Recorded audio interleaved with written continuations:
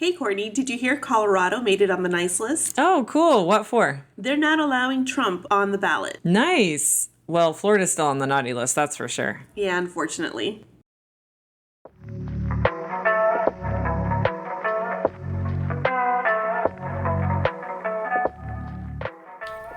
Hello, and welcome to Moms for Book Liberty. The podcast where a couple of moms fight back against groups trying to control what our kids can read. With each episode focusing on a specific book that has found itself on the chopping block of censorship.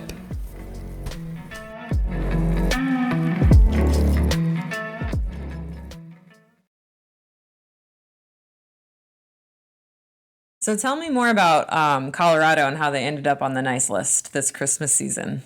So, according to Reuters, a slim majority of the Colorado Supreme Court ruled that Trump is disqualified from appearing on the state's ballot under Section 3 of the 14th Amendment of the U.S. Constitution, which bars anyone engaged in insurrection or rebellion from holding federal office. That's awesome. Yes. And that's what so many people are like, listen, how can someone run for president that engaged in an insurrection? Like, we're not talking about criminal charges. We're talking about, like, against your own fucking country. Yes. Right? It makes no sense. No. But the insurrectionists, the same people, the January 6ers, don't think they did anything wrong. Yeah. Someone once told me, you can't argue with stupid. Yeah. Okay, Jennifer.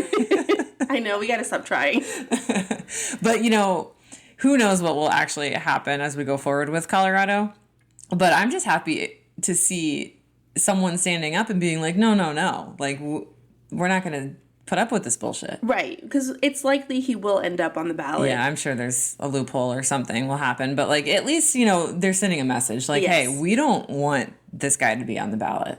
An insurrectionist, you can't run for president. And the same people who are all constitutionalists, and they support the Constitution 100%, it's like they don't go past the Second Amendment. Exactly. Yeah. No, don't go past the right to bear arms. Yeah, and they sometimes skip over the First Amendment, Yeah. when it suits them. Yeah, exactly. Like in this case with Yeah. books. Mm-hmm. That sounds like I don't support the Constitution, but I do. I'm just saying, like, these people who pretend like they're hardcore. You're anti-Constitution, aren't you? Well, that's what they say, yeah. Sorry. No. To be clear, this is not a podcast that, trashes the Constitution. We just trash the hypocrites that only pick pieces of Yes. the Constitution to follow. Again, like they do with books. Yeah, exactly.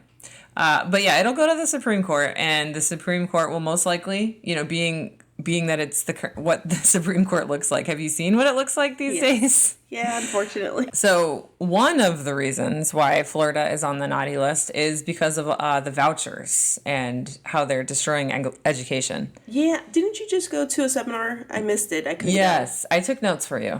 Please tell me. Okay, so we went to a separation of church and state seminar, which basically, it's exactly what it sounds like. We want to keep the religion out of schools, and we want to keep the government out of religion. I think both parties agree with that. But with this voucher program, we're seeing a lot more a higher enrollment in Christian schools. And it's because of the voucher program, which at first glance looks like something, like it's something good and something beneficial. But really, it's kind of, destroying public schools because, long story short, what it does is it takes money away from the public school pot and it gives it to parents and guardians across the state to put in private schools. And so what ends up happening is you have these public schools that, still have the same bill for air conditioning. They still have to pay their teachers. Right. They still have all these expenses that aren't going down. If anything, because of inflation, these expenses are going up. But now they have less money to pay. And so programs are getting cut. Textbooks aren't getting purchased. You know what bothers me about that too? There's also no oversight. Mm-hmm. The government obviously looks at the scores of the schools and their test scores and blah, blah, blah. But who does that for private schools? Exactly. And I was just about to bring that up because speaking of scores, there was some study that showed or compared the outcomes of student achievement to the outcomes of student achievement after Hurricane Katrina. So as you know, that devastating hurricane, had some sort of negative impact on students, right? So you're going to see, and that's typical for any sort of natural disaster or event like that. Scores like with COVID. COVID, exactly. Scores are going to go down, right? Right. And that's what we saw with Hurricane Katrina and with COVID. And what we're seeing here is that the little data that is published, because not a lot of it is published, but the outcomes that have been coming from like private schools that have been essentially funded by this voucher program in Florida are less than the outcomes that we saw after Hurricane Katrina. And that's just the little data that is published. Okay. Yeah, so the test scores are not, first of all, the data is like virtually non-existent, but the data that they can find doesn't look good. It looks terrible. Oh. Yeah. Okay. Which as a public school teacher, I'm not surprised. No. But there are so many of these I keep saying public, but these Christian schools popping up. And here in Flagler, like we see a lot of them too. There's so many. Yeah. And they don't really, some of them stay open longer than others. Like I know Christ the King, that one's been open for a while. Yeah. I don't know if that one's accredited. I think most of them are not accredited though, right? That's what I've heard, that a lot of these schools have no accreditation. How do you say that? Accreditation. Okay. Yeah, you're right. Yeah, and what accreditation is it's basically like something that proves that the school knows how to educate students. Like, they understand the laws that they have to follow in terms of, individual education plans and, 504 plans, like these things that help students actually achieve. And it could also mean that they don't have to hire actual teachers who study. Because I know for a fact two people that teach at a private school, a Christian private school. You can't be accredited.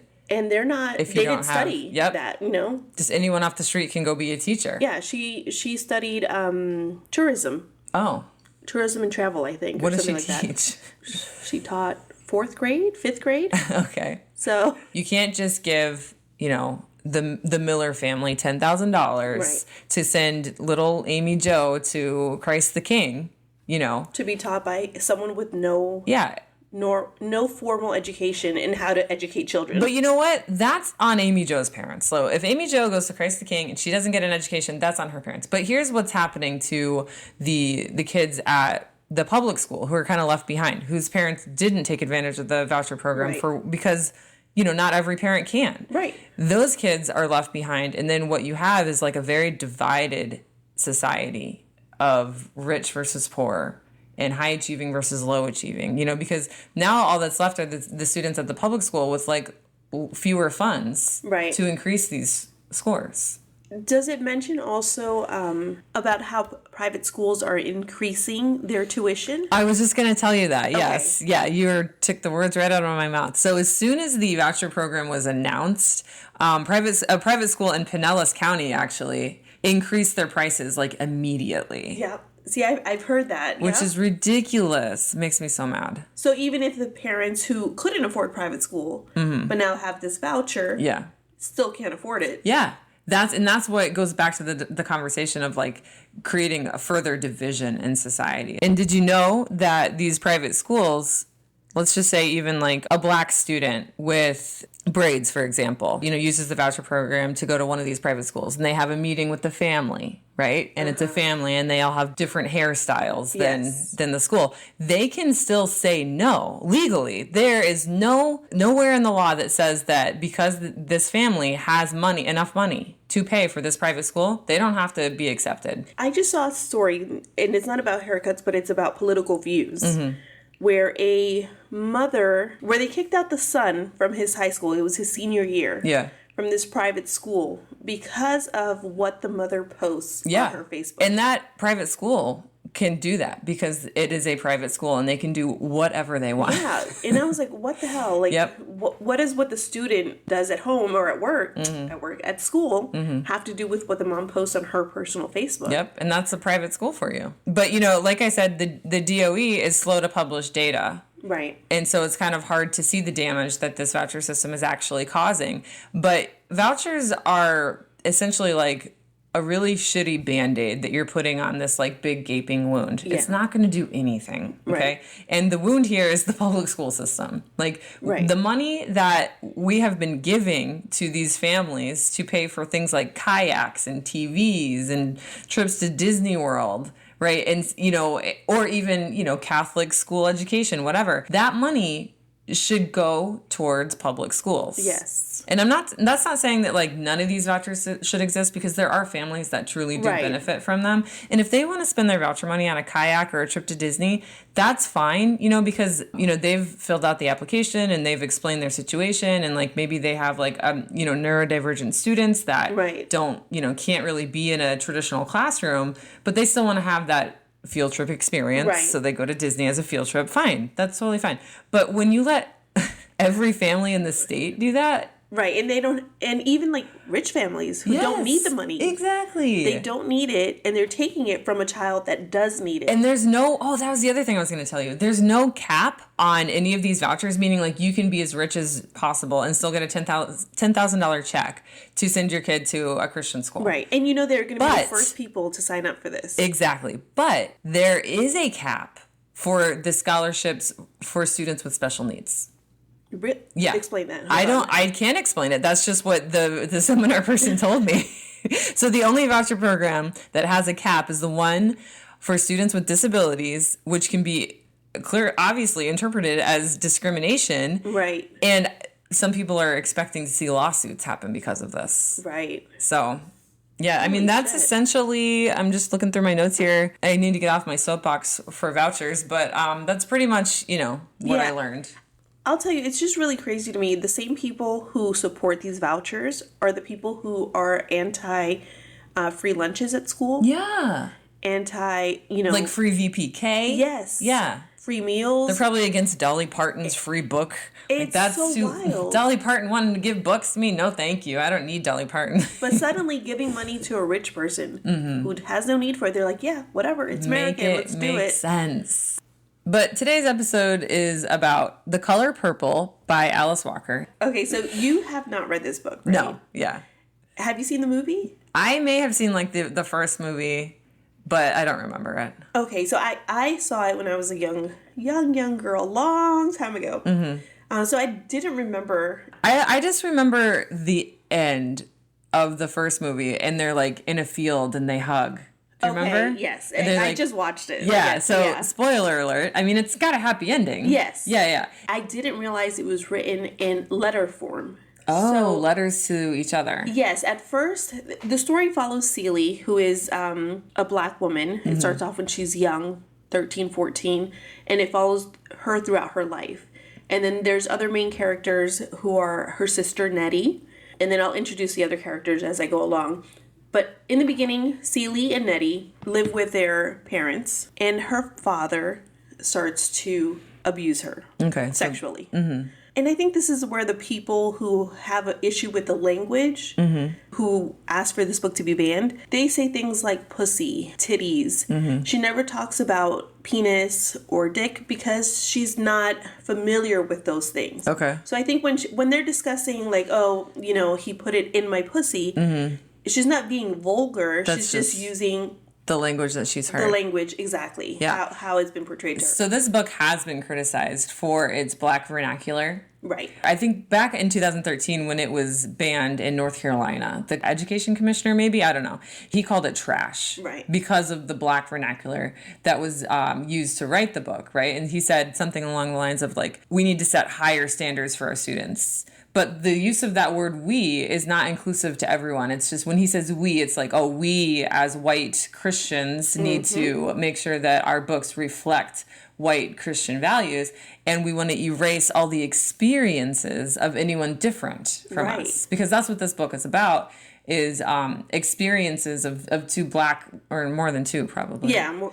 Black sisters. Right. Are they all sisters? No, they're Oh, not okay. all sisters. And it is written from a black person's perspective in the 30s, 40s, and they use that vernacular because she's writing letters. So But it's also it's a result of white supremacy. yeah, definitely. Imagine calling a book trash that is a Pulitzer Prize winner. Yeah. for fiction. She's the first Black woman to win that prize. Oh, that's amazing. Yeah, and the Pulitzer, you can't get any better than that. No, that's like the highest. Yeah. Highest honor. So the first Black woman to receive the Pulitzer Prize. That's awesome. And then this guy comes and calls it trash. Yeah, of course. Because it's not like him. Yeah. Yeah. He didn't understand the language maybe, or he was made to feel uncomfortable by the language. Right. And so speaking of that, this book, depending on the, vagueness of the law, the Stop Woke Act, thanks to DeSantis, it might break that law. Maybe. But because of the ambiguity of the Stop Woke Act, I can see schools just sort of erring on the side of caution and banning books like this because it might make a white student feel uncomfortable, or because, a white mom might say, oh, my kid feels uncomfortable because of, even though, how do you know if your kid feels uncomfortable? Right. If it makes you feel uncomfortable, who cares? Like, you're an adult. Like, also, think about why it makes you uncomfortable. Yeah. Because it shouldn't, Yeah. There's very few white people in this book. And when they're mentioned, obviously they're not mentioned in the best of light. But that's also how it was back in those days. So if that makes you feel guilty, yeah. take a look inside and see why. Yeah, and you shouldn't. So anyway, this book definitely challenges the system, and that can be one of the reasons that it's one of the top banned books. Right. Since its debut in 1982. So it's been banned for almost over 40 years. Yeah. I can do math. If you just look at the language. It's 2023, so 41. I believe you. I trust you. You know how I figured that out? Because my husband was born in 81. And so I was like, this book is like around my husband's age, and he's almost 40, but then I forgot he's over 40. So anyway, it's been banned for a while. Yeah. Or challenged. Yeah. And it has been for different reasons, because I've also read that it's been challenged for its portrayal of Black men. Okay. Because it doesn't paint them in the best light either. Yeah. But again, that's just how things were back in that day. Yeah. And, we talk about books being windows and mirrors. Yep. Sometimes it's a mirror and it reflects back things that aren't nice about things that we've done or generations. Our previous generations have done. And that makes me think that it's also a feminist book, and there's that intersection between racism and sexism. Yes, and absolutely. So here we have the main characters, or the protagonists, are Black females, and so I mean, it could be double banned. One, because of the quote trashy language that commissioner claimed that it was, and two, because it's a strong woman. Right. It's from a perspective of strong females. Yes, and it doesn't start off that way for Celie, because Celie is portrayed very much as a quiet person, uneducated person. But it's visibility for a female character. And then there's the growth of how she started and how she ends. Okay. And how the strong women that she meets along the way shape her. Wow. So I think it's a great book in that sense. So if a girl, like a young... What would you say is the youngest age that a girl or a boy or whoever can read this book? I think a 14-year-old could read this. Yeah. And that's a very important age. That's when a lot of changes are happening, right. And you start to get your self-confidence. And reading a book like this, would you say might be beneficial to a person? I could, absolutely. Okay. Yeah, I could definitely see it. There's a lot of, I feel like, educational value to this book as well. So I'll explain why in a sec, right? So Celie starts writing off her letters to God. Oh, she's writing letters to God. Yes, which reminded me a little of... Margaret. Yes. Or Dear God, are you there? It's me, Margaret, or whatever. Yes. Okay. Except, we got to cover that one. I know. That book, it was just like, the little letter and then just like... The rest of it was the story. This is literally just the whole letter. Oh, wow. And so each page or each chapter, I guess, is a letter. Okay. So at first she's writing to Dear God, and she's telling God what's happening and explaining her close relationship that she has with Nettie, how her father is abusing her. She ends up pregnant twice by the age of 14. And somehow the mom doesn't notice, or, they don't really discuss how the mom reacts to it. She either ignores it or just the dad blames another kid for knocking her up. Oh. Booklooks, which is the website that, Moms for Liberty uses to ban books or challenge them. Yes. They actually tagged those scenes where she gets raped and where the dad takes the baby. Oh, yeah, I see it right here. It's page 1. So I'm going to read exactly what it says. First, he put his thing up against my hip and sort of wiggle it around. Then he grabbed hold of my titties. Then he pushed his thing inside my pussy. When that hurt, I cry. He started to choke me, saying, you better shut up and get used to it. Then page 3, it says, he took my other little baby, a boy this time, but I don't think he killed it. I think he sold it to a man and his wife over Monticello. I got breasts full of milk running down myself. Obviously, something that could make, cause feelings. Right. To the reader. Yeah, I mean, she lives a hard life. Yeah, and this happens. Yeah, all the time, Yeah. even now. Mm-hmm. Yeah, the book has some words and some descriptions. She uses the word pussy, but you notice that she didn't use Penis. right, she said his thing. Yeah. So it's definitely like her perspective and how that's how she's learned that this is called a pussy instead of vagina. And clearly, Alice Walker did an amazing job at, creating these characters, in such an authentic way. Yes. And that, I mean, it's so hard to think about, these sad things. But like we always say, knowledge is power. Right. And information, and awareness is important. And, it builds empathy. Absolutely. And yeah, the idea that, so Celie's going through life. She's always been told she's the ugly one between her and Nettie. Her mom dies. Mm-hmm. And now that her mom is gone, the dad starts paying close attention to her sister Nettie. And so Nettie's smart, though. She's, between the two, she's the one that does really good in school. Mm-hmm. And they treat her somehow better. So the father has Celie drop out of school. Okay. Because she's too stupid, and too ugly for school. So Nettie can continue to go to school, but Nettie helps teach Celie how to read and how to do things, and tries to, Nettie's the one person that loves Celie. Celie's never felt love from anyone, but Nettie she feels loved by. So they have that special sister bond. Yes. So Nettie's always like, if her dad calls her ugly, you're not ugly, you're beautiful, When she sees that her father is starting to pay close attention to Nettie, She gets worried. So she runs interference, and so she's sleeping with her dad to keep her dad from sleeping with Nettie. Oh. Which is horrible, but like she's trying to protect her sister. Yeah. Her dad remarries to a girl Celie's age, so very young. Yeah. And this is, I guess, where they get the portrayal that it doesn't portray, and he's not the only bad man in this story, but it doesn't paint black men in the best picture in this book because they're young. She was 15. Yeah. Younger when she had babies, but when he brought this. But that was a really common thing, not sleeping with your daughter. Right. Unfortunately, that happens. But in the 30s and 40s, it was a really common thing to get married when you were 15. Right. And to older men. Yeah. So there's a guy now at church who keeps paying close attention to Nettie and smiling at her, and I think it's coming back to me. Is it? Yeah. Yes. And so, hold on, let me make a prediction. The dad sells Nettie to him to marry. No? He comes to ask for Nettie's hand in marriage. Okay. And he says, no, you can't marry Nettie. She's too young, which that's not what it's about. It's that he's like, I can't have her. You can't have her. Right. Possession. But here's my other daughter. She's older, so it's Celie? only right. Oh. Yeah. So he gave the guy Celie. Yes. He offered her in marriage.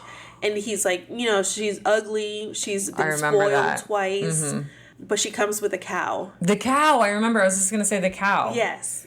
His wife was killed because she was having an affair, and her lover killed her, apparently. What? Okay. And so now he's got like a house. It was a complicated relationship. There's a lot of complicated relationships in this book. Like Fatal Attraction with Michael Douglas. Have you seen that movie? Oh my God, I remember it, but I could not tell you. I just watched it the other day, and you should watch it. That's the one where she does the whole leg. Like she's being interviewed by the cops. No. I'm thinking This is something else. Glenn Close and Michael Douglas, and they have an affair. The rabbit? And they boil the rabbit. Right, okay. Yeah, Fatal Attraction, man. I'm telling you, like these stories of adultery and affairs, it always ends with someone getting murdered. So be careful what you do out there. Yeah. Where was I on this? So he's got all these kids, right? He doesn't know how to take care of them. He's like a single man with all these kids.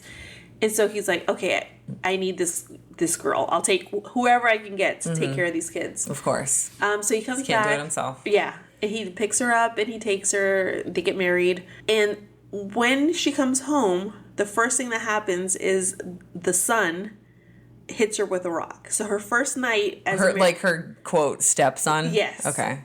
Throws a rock and hits her on He's the head. probably like older than her or something. I think he might have been like very, a couple of years very younger, close but in age. very close. Yeah. Yeah. So I'm going to have you read that letter that she wrote about her wedding day. Okay. So it says, Dear God, I spend my wedding day running from the oldest boy. He 12. His mama died in his arms, and he don't want to hear nothing about no new one. He pick up a rock and laid my head open. The blood run all down tween my breasts. His daddy say, don't do that. But that's all he say. He got 4 children instead of 3, 2 boys and 2 girls. The girls' hair ain't been combed since their mammy died. I tell them I'll just have to shave it off, start fresh. He say bad luck to cut a woman hair. So after I bandage my head best I can and cook dinner, they have a spring, not a well, and a wood stove look like a truck. I start trying to untangle hair. They only 6 and 8 and they cry. They scream. They cuss me of murder.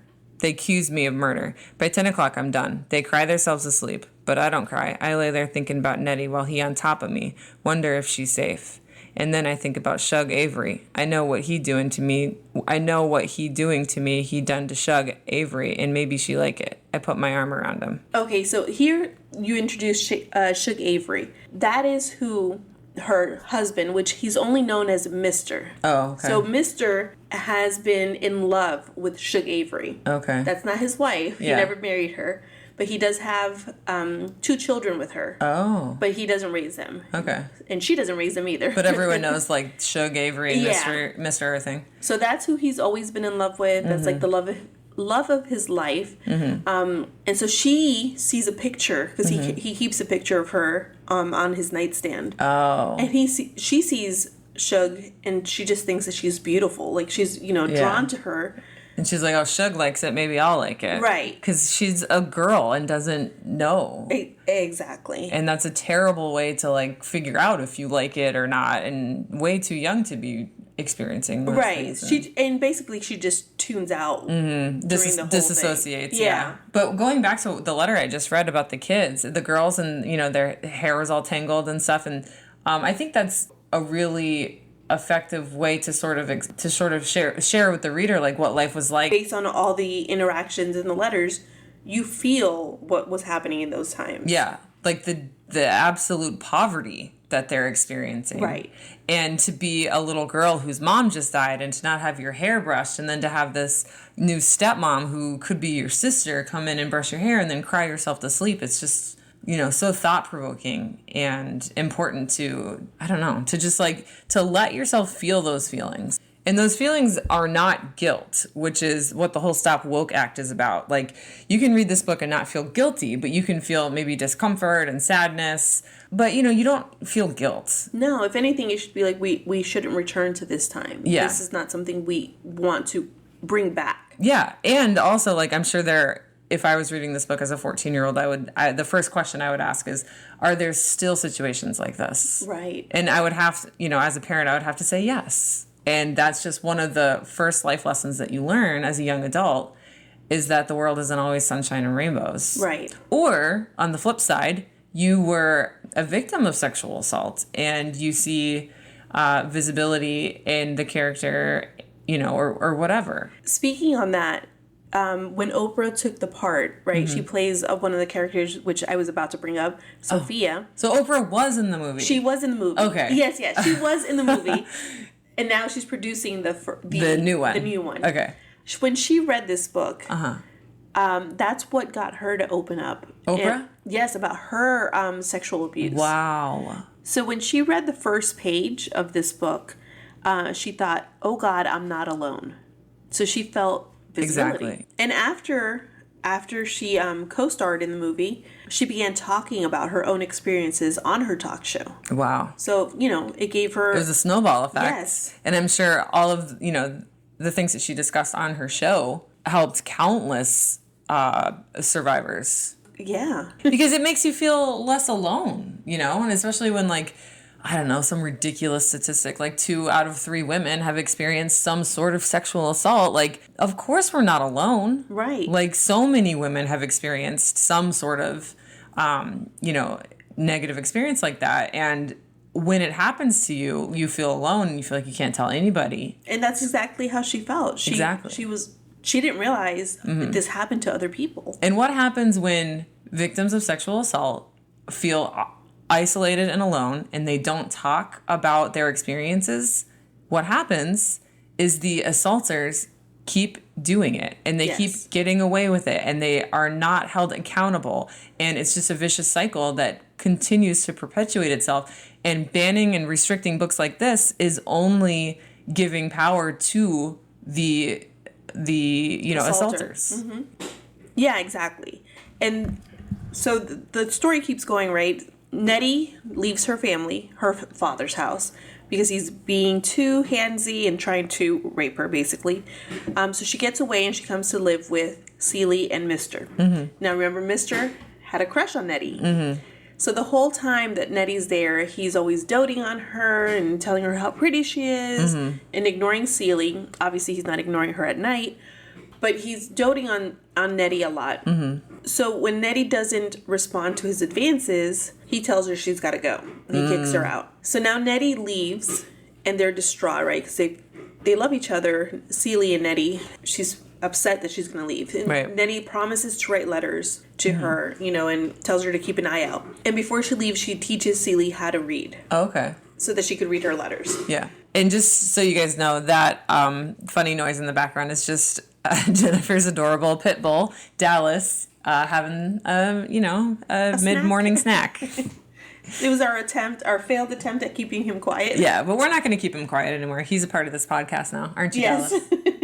But anyway, so Nettie teaches Celie how to read. Yes. And so she leaves, right? And we don't really know what happens to Nettie. Mm-hmm. But now she stops writing letters to God. Okay. And now her letters are addressed to Nettie. I was wondering. Okay. So now she's writing her letters to Nettie. So she keeps writing to Nettie and letting Nettie know what's going on with her life. She talks about her stepson Harpo has met a woman. And years go by. Nettie is sending letters back, or Nettie is writing to her. But Celie doesn't have a place. Mr. Okay. won't give them to her. So he's been hiding those letters. So Celie is writing as if she's writing to Nettie, but she's not sending them to anywhere. She doesn't know where Nettie is. She actually thinks Nettie died. Oh, no. Right, because she never got a letter. Not getting, So since she never heard from her and years have gone by, she just assumed something bad happened to Nettie. Yeah. And, of course, down the road we realize Mr. has been hiding those letters from her because he's an asshole and just another way to control her. And because Nettie denied him, it's like his way to get back. Exactly. So the letters now are no longer to God because she kind of like lost her faith a little, as well. I don't blame her. Right. So now she writes to Nettie. And she's telling her about Sophia, which is Harpo's new girlfriend. Okay. Is Harpo the one that threw a rock at her? Yes. Okay. So Sophia comes to the house to be introduced to Mr. because he wants to marry her. Okay. And she's pregnant already. Okay. Mr. says, I don't care that you're with child. You're not going to marry. Like, he's acting like she's got pregnant on purpose, right? And Sophia's a badass. She doesn't care. She doesn't take shit from anybody. Okay. And so I'm going to read a part. Okay. So it says, Mr. say, no need to think I'm going to let my boy marry you just because you in the family way. Bless you, Dallas. He young and limited. Pretty gal like you could put anything over him. Harpo still don't say nothing. Sophia face get more ruddy. The skin moved back on her forehead. Her ears raised. But she laugh. She glance at Harpo sitting there with his head down and his hands tween his knees. She say, what I need to marry Harpo for? He's still living here with you. What food and clothes he get, you buy. Should I keep reading? Yeah. Okay. He say, your daddy done throwed you out. Ready to live in the street, I guess. She say, nah, I ain't living in the street. I'm living with my sister and her husband. They say I can live with them for the rest of my life. She stand up, big, strong, healthy girl, and she say, well, nice visitin'. I'm going home. Harpo get up, too, to come, too. She say, nah, Harpo, you stay here. When you free, me and the baby be waiting. So you can get an idea of Sophia. She's like, she doesn't give a shit. Very strong female character. Yes. Yeah. Which is so important. And it feels like all the books that get banned have these strong female characters in it. So. And her story is also very tragic. They get married, and she's just she's a do-it-herself. She doesn't need a man. She's with Harpo because she loves him. Right. But she doesn't need him. Okay.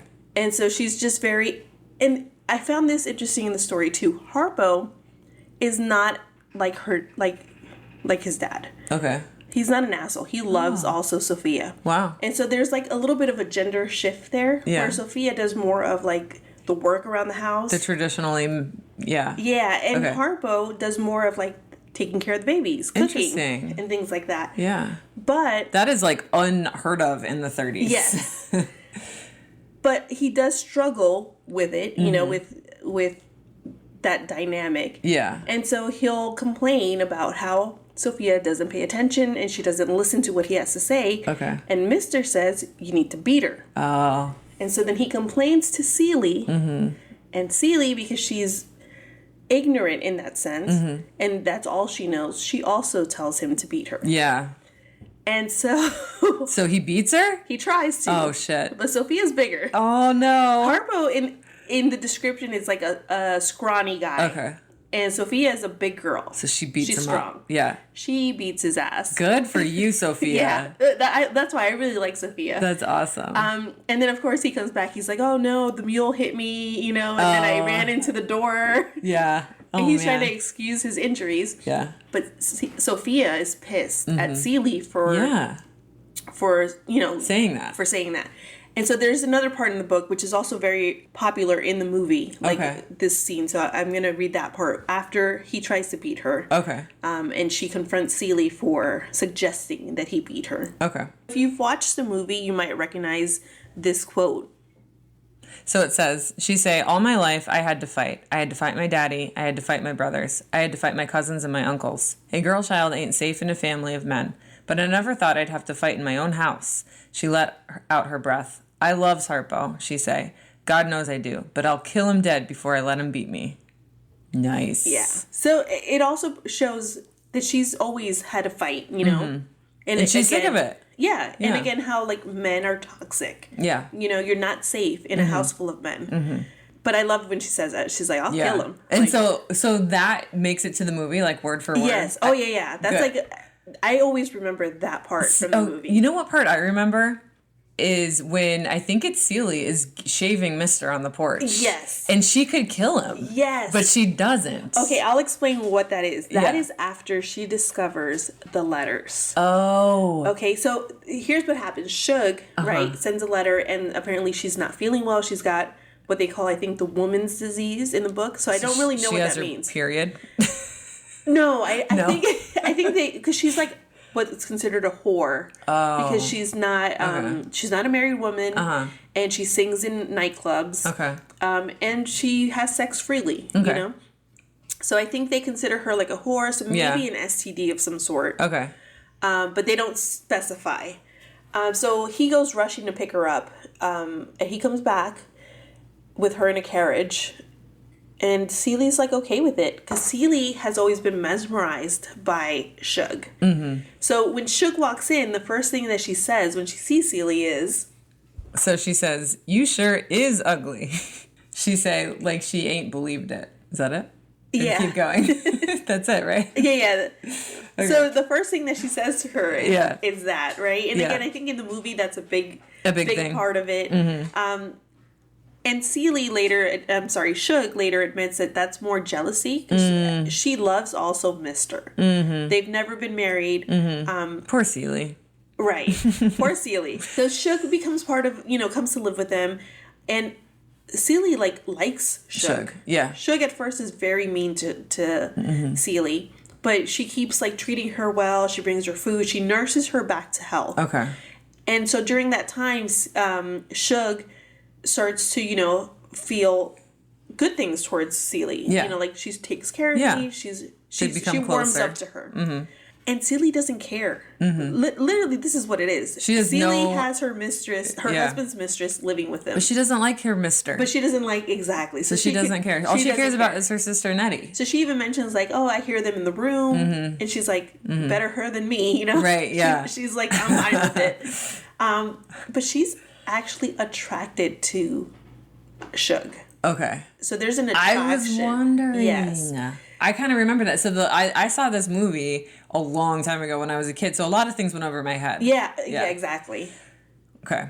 So, and again, this happens throughout the time. So this, you kind of get the idea that she's like, maybe at first, like, she's just curious because she's never seen a woman like her. Or she, like, wants to look like her. Or wants to. Yeah. Like it might be like a admiration, but it's more than that. Yeah. And there's something really important that Suge tells her as well, because she talks about sex, right? Like her having sex with Mr. And she's like, you don't enjoy it? And she's like, no, it's, you know, he just gets on me and does his business. And she says, you talk about it like he's going to the bathroom. And she's like, well, that's what it feels like. Yeah. And she's like, you're a virgin. She tells her you're a virgin, basically saying if the sex has always been basically not enjoyable and kind of not really something she wants to do, that she's basically a virgin. Interesting. And I thought that was really again important for a girl to see that you know, sex should be enjoyed. Yes, something that you do with someone instead of it being done to you. Exactly. Yeah. So Sophia gets tired of Harpo's shit trying to like control her, and so she leaves. She leaves him, and Harpo starts turns his house into like a nightclub. And Suge is a singer, so once she's like feeling better and doing good, he convinces her to come sing at the nightclub, and she's like well known for her singing. So you know his nightclub actually takes off. And he starts dating this new girl. She's light skinned. And her name is Squeak. And so it's doing well. Suge even performs a song and dedicates it to Celie. Aww. So like that's where like Celie, you start to see like her feel like a little better about herself. Yeah. And then later on, Suge tells Celie, like, you know, because I think Celie says something like, I'm ugly or something. And Celie's like, no, you're not. You're beautiful. You know? And they kiss. Like a romantic kiss? A romantic kiss. Oh, yeah. wow. And I think it goes on to say, like, they kind of, like, make out the whole night. I bet Moms for Liberty has that in their book report. So there is, you know, that sort of thing. And there's also mentions of masturbation because Suge tells her, you know, like when she's trying to teach her about pleasure and how sex should be pleasurable. Yeah. You know, she mentions like, you've never looked down there, you've never touched yourself down there. So she like helps her become a sexually awakened and aware person. So here's on page 49, of course, it didn't take me long to find what Moms for Liberty had a problem with, but it says, first time I got the full sight of Suge Avery, long black body with its black plum nipples look like her mouth, I thought I had turned into a man. So is that like the first sign of desire? So, yeah, that's her basically saying like she desires Suge as more than an admiration. It's a desire. Yeah. Okay. And then Harpo has his new girlfriend. Yeah. And Sophia comes back to the nightclub to see Suge perform, and she comes with her new man. And then her man is like this buff, like they describe him as like a fighter. He looks like a fighter, a boxer, I guess. But he's like, no, I don't fight my woman's battles, you know. And he's like, if you want to talk to your wife, go ahead. He doesn't care. Interesting. He says, I'm just here to love on her. Okay. So I thought that was kind of cool too. Yeah. So here's like this strong buff guy. And he's just like, I just want to love her. That's all I care. Wow. But Harpo and Sophia end up dancing when he's at the nightclub. And Squeak, his new girlfriend, does not like that. Okay. So she comes over and tries to like cut into the dance. And finally she tells him like, I don't like you dancing with her. Squeak slaps her. Oh no. And you don't slap Sophia. No. So Sophia knocks Squeak out. And knocks some teeth out. Oh no. Kicks her butt. And she leaves. Okay. And the mayor, white mayor, and his wife are there. She looks over at Sophia and she mentions like, oh, your children look very clean and well taken care of. I want you to come work for me. Okay. And Sophia's like, hell no. And that's exactly what she says. Hell no. Okay. And so the lady's like, what did you just say to me? Because, you know. Wife of the mayor. Wife of the mayor, white, and she's black. Gotcha. And so Sophia repeats herself, hell no. Because Sophia is just a strong... Sophia is Sophia. So now the mayor comes over because he's like, what did you say? And so he says it again. Oh, no. And he slaps her. And again, what happens when you slap Sophia? Not good thing. Not a good thing. Yeah. So Sophia... You get what you deserve. Right. She's justifiable in all of these. Yeah. She punches him. Oh, no. And so in the middle of the town, so... everyone like jumps on her. The cops come. They beat her up. They arrest her. Yeah. She looks over at the fighter and she's like, take my children and go. Right? Because she knows she's in trouble. She ends up going to jail. They treat her really bad, right? She's like really beat up. They're torturing her. they make it out for a way to like sell that Sophia was being treated too well in the sheriff's office, in the prison. And where she would really suffer would be if they made her work for the mayor and take the job that she didn't want to do at first. Right. But really, it was just a ploy to get her out of the prison. Yeah. But Sophia gets put into this house, and now she's taking care of the children, and she does that. When she got beat, they damaged her eye. Oh, no. So now she's got a bad eye.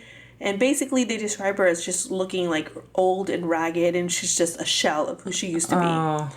And so now her children have been raised by the fighter. The fighter and Sophia's sister come to live with Harpo and Squeak. Yeah. And they're all raising Sophia's children. Sophia eventually gets out. She's doing okay. Shug tells Mister to stop beating on Celie. She realizes that he's been beating her. He's like, you better cut that out or I'm out. I'm leaving. Because she does care for Celie. They discover the letters because she notices a stamp from Africa. Oh, yeah. And so then that's where they kind of go investigating. They find where he has them hidden, and she reads all the letters. This is where the knife, the shaving comes in. Oh, okay. So she's pissed, right? So she's shaving him on the porch, and she has a moment where she can take his life. Yes. But she doesn't. Shug comes, and she's like, oh, that knife looks really dull, because she realizes what she's planning to do. She sees it in her eyes. Yeah. That's and right. she knows she'll end up just like Sophia. I remember. Oh, and she doesn't want to end up like Sophia. Mm-hmm. So she's like, oh, that looks really dull, and she kind of like holds her back and kind of talks her down. Yeah, that part in the movie was like, I remember that very well. Yes. And at this time, Shug, she leaves to travel for her singing career. She comes and goes. At this time, she came back with a husband. So now she's married. And so she's getting ready to leave again. They just spend like months at a time in each other's houses. Right. Like I said, it's really complicated. For me, that sounds all strange. Like I would never allow that. Right. But it works for all of them. And so now that Celie has seen the letters and she's really pissed, and now Sophia's free. She's also been freed. She spent like, I think, 15 years. Okay. Wow, that's a really long time. So now that she's getting ready to leave to Tennessee with her husband, Celie decides she's going to go with her. Okay. And so she tells him, like, I'm leaving and I've seen the letters, And so he tries to be like, where are you going to go? You're nothing. You're just a dumb, ugly woman. You can't do anything. You're nothing without me. And then she stabs his hand with a kitchen knife. They're like all sitting at the table. Oh my goodness. And she like finally like finds her courage. She's like, your children are all Sophia shit. rubbed off on her. Yeah. You're a piece of shit. Obviously it's better said than how I'm saying it. No, I get it. But the gist of it is she like curses him out. Yeah.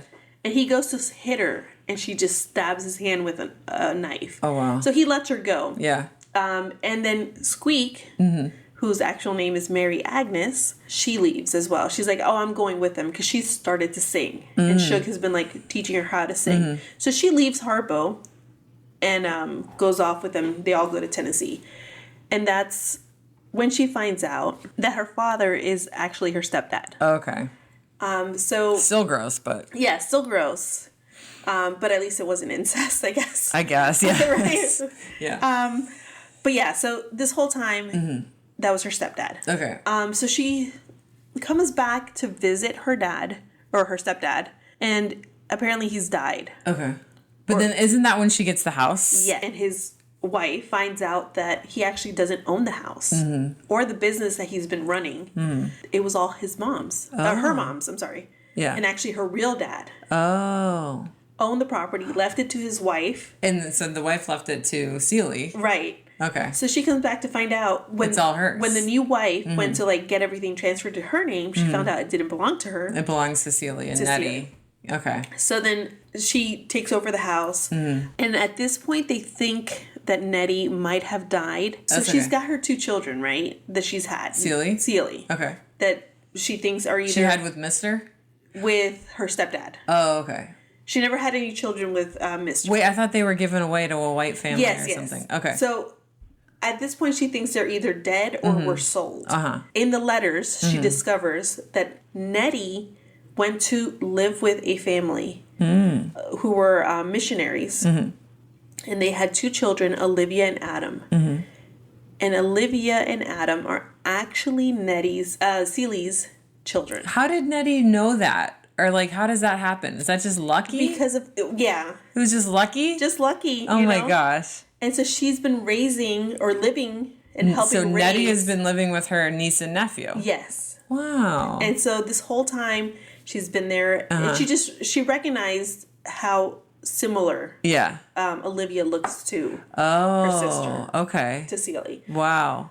And then somehow, like, through the story, They she figured figured out, out that, like- you know, she couldn't have children and that they were adopted, and she put two and two together. In both? So both of the Both children? of them, yeah. Wow. And so they're raised in Africa, the children. Okay. And she writes back and she's telling them how great Africa is. It's not, you know, how they describe it. Yeah. There's a lot of, I think, educational context there too in her letters when she's describing the tribes and how things happened and how some people have sold people off into slavery. Yeah. So there's a lot of things that you can learn there too. Yeah. And even things that I was like, oh, I want to go back and read about that and Yeah. see like how accurate the book was. Right. But I imagine like in a classroom setting, that Yeah. would be like a very, It's cultural. yes. Yeah. Very beneficial for the kids to read. She's got her house now. She's like way older now.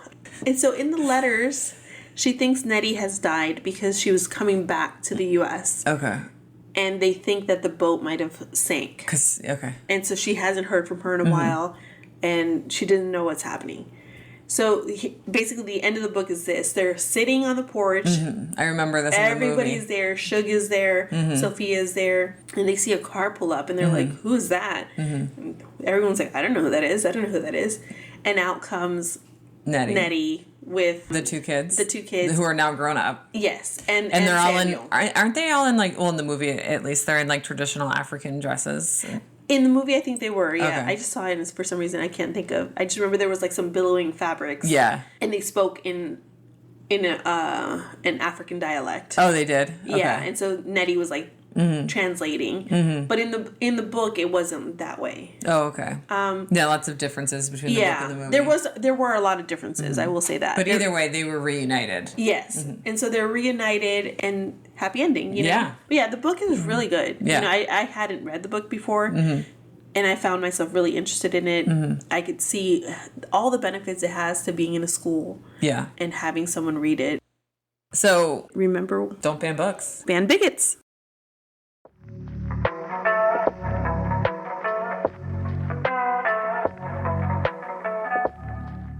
This episode has been engineered and mixed by your hosts, Jennifer Mendoza and Courtney Green. Be sure to follow our show on Twitter at Moms for Book Lib and Instagram, Facebook, and TikTok at Moms for Book Liberty with the number 4. And leave us a review on Amazon Music or Apple Podcasts, or you can rate us wherever you listen to podcasts.